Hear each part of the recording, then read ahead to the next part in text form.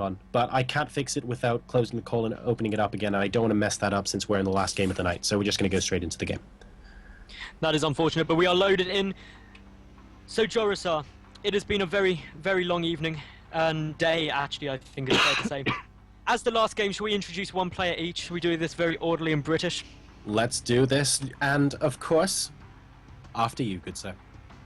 In the lower right position, currently having won 2 games out of this best of 5, we have the Red Terran player from Team Empire. It's Happy.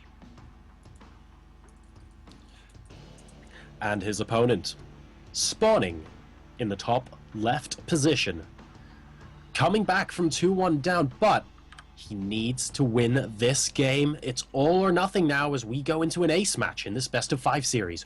Representing Millennium Gaming, he said so himself in the lobby chat. He is currently dead, but he needs to squeeze out the energy for one last game. Can he do it? We have none other than Dayshi. I feel like you completely outdid me with the introduction there, Jorisar. I'm gonna be honest. You do the best. We do. You did the best introduction of any caster I know. Like, if you could just do the GSL voice, you would have a job. Just doing that. If we did that, that would be brilliant. You could introduce them, and then when it comes to the name, I'll go into like Asian Street Fighter voice. Empire, Happy. I feel that would just be too much awesome. Dayshi. I could do that. I think I've done that with Lillian before on online cast. It was fun. I'd totally be up for Street Fighter voice. And speaking of Street Fighter voice, the GSL have like an American voice now introducing the players. It's so weird. I miss Street Fighter voice so much. If you guys are watching in the chat and maybe you don't watch GSL because it's like not in your time zone or whatever, whenever they introduce them, there's like a really Asian style Street Fighter voice that introduces the player. So it'd be like LGIM, MVP, or something like that. Like the enunciation is just a little bit like not native English, and it's fantastic. It's really adorable and I love it. But they've replaced that with an American voice. What's up with that? It's lost some of its nostalgic feel. I want Street Fighter voice back. I would agree with you. The Street Fighter voice was amazing, but let's talk a little bit about what's going on here. And the reason we've been able to somewhat waffle for a while is because both players got a gas down, got a barracks down, and are currently, well, just not doing too much.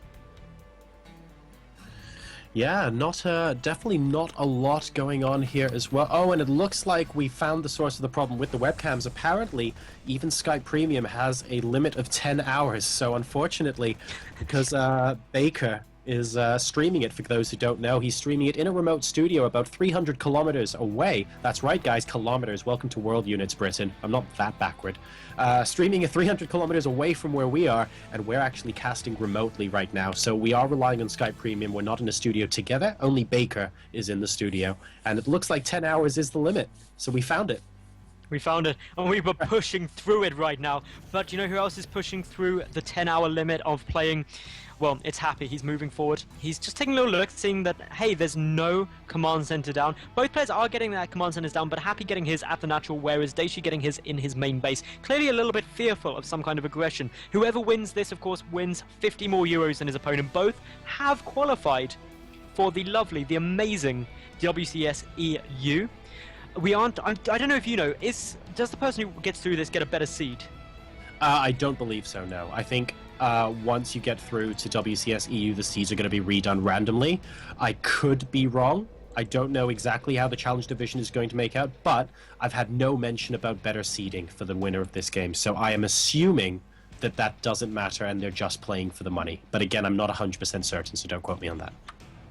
We will wait to see. So, anyway, we've got the bunker coming down at the moment for Happy. We've got both players getting down their starports. The starport quite a lot earlier for Dayshi. Maybe going for an aggressive start. I think it's fair to say that both of these two have been very aggressive throughout this series, so we wouldn't be surprised in the slightest if that were to occur. We've also got, obviously, Happy getting down his starport, getting some Widow Mines out. The first Medivac is half done, though, for Dayshi, so this is where things can get pretty funky. And the barracks is yet again scouting across the map for Happy.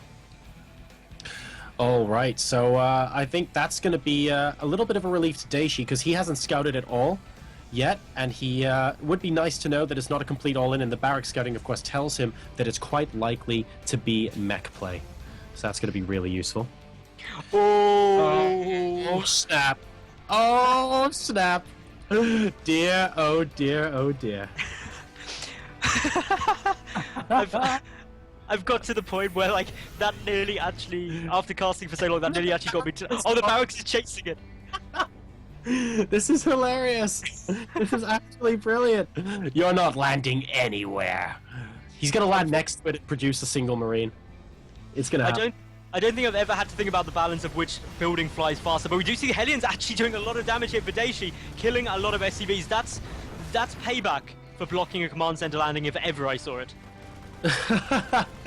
Blocking the barracks landing at the third base location as a huge push coming in now from Dayshi in the back of Happy. Now Happy does have a lot of Hellions here, and as long as these units, oh my god, line up the way they do, these Hellions are going to have an absolute field day with them. But only 3 Hellions making their way into the main base. Are they going to be able to roast a decent number of SCVs? They're certainly trying. A good number of kills so far, 6, but can't get any more. So really well held there from Happy. In total, Dayshi is 6 workers ahead right now, but ooh, very nice. Happy gonna be starting his 3rd command center as well. He's saying, look, I've just killed your drop, I've just killed your army. Yes, I'm slightly down in workers, but I'm gonna macro up. What can you do about it? And the honest answer at the moment is not a lot. Well, we'll wait to see. For the moment, missile turrets coming down for Dayshi. This barrack still landed the natural, being incredibly frustrating for the time being, because of course, that's what you like if you are a barracks, because I think that was probably the coolest moment of the entire day for me now. But oh, the Hellions all lined up, Happy, able to do a tremendous amount of damage there, and his barracks yet again being a bit of a hero. Indeed he is. Oh, and I'm just actually catching, as more SCVs going down here for Dayshi. We now have 2 landed Vikings as well, and the Hellbats actually might be able to make short work of that if he's not careful.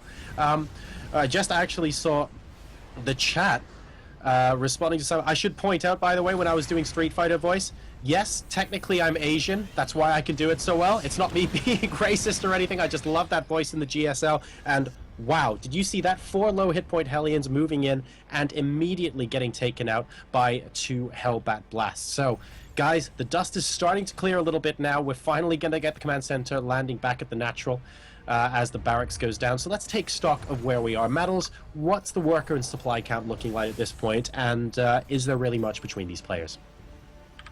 The short answer to that question, Joasa, no. They are pretty darn equal. Currently sitting at 33 SCVs for Happy to 34 to Dayshi. And Dayshi just dealing with a Widow Mine by sacrificing a single lone SCV. However, Happy is going in for a Hellbat drop to the main. The missile turret will deal with the medevac, but the Hellbats are dealing with a good number of SCVs. And that has actually put Happy now 10 SCVs ahead of his opponent. So as I was saying, it was all pretty even. Now it no longer is.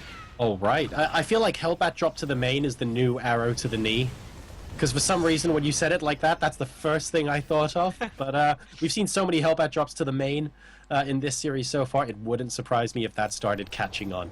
We've got another command center coming down from Dayshi as well, so trying to catch up at the moment by getting that 3rd down. Happy, in the meanwhile, is up 8 workers, 40 to 32 after that latest drop. And there's actually another one going in. He flew straight over the army from Dayshi.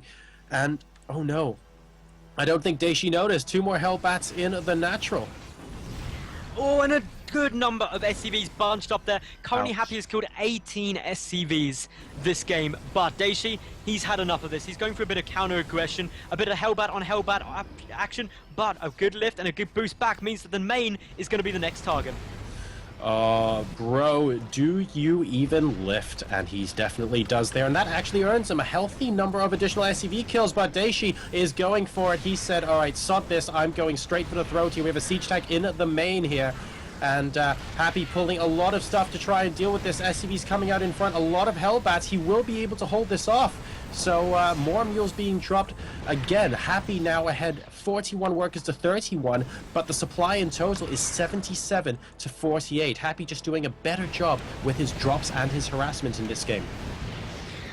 Well, the drops have certainly been not just very prevalent in this game, but throughout the entire series, and I think that says a lot about it. But it goes, well, actually things have really leveled out considerably yet again.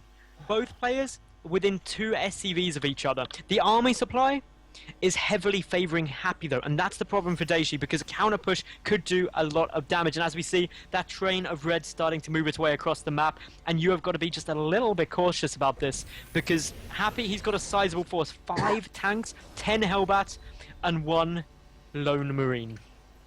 Yeah, the workers at the end of the day are starting to even out medals, but Happy had a big advantage for a very long time, and that shows in the army supply. He's currently 57 to 33 in the army supply department. These tanks are not sieged up, and Happy should technically be able to move into this, and at the very least take out the natural expansion. And here we go.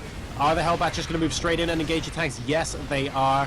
The first 2 tanks are, if those go down, and it looks like they're going down, the SCV's going down with them as well. A huge number of workers being killed there. There is a drop coming in from Dayshi, but it was turned around, and it's not going to be enough. Happy now up to 92 supply versus the 41 of Dayshi, and it's beginning to look like that this game, and indeed the series and the 100 euros, will be in Happy's pocket. Yeah, this was very, very determining of all of it, and Dayshi spamming the chat. But there we go, Happy will take this series 3-2 and is the victor of the day.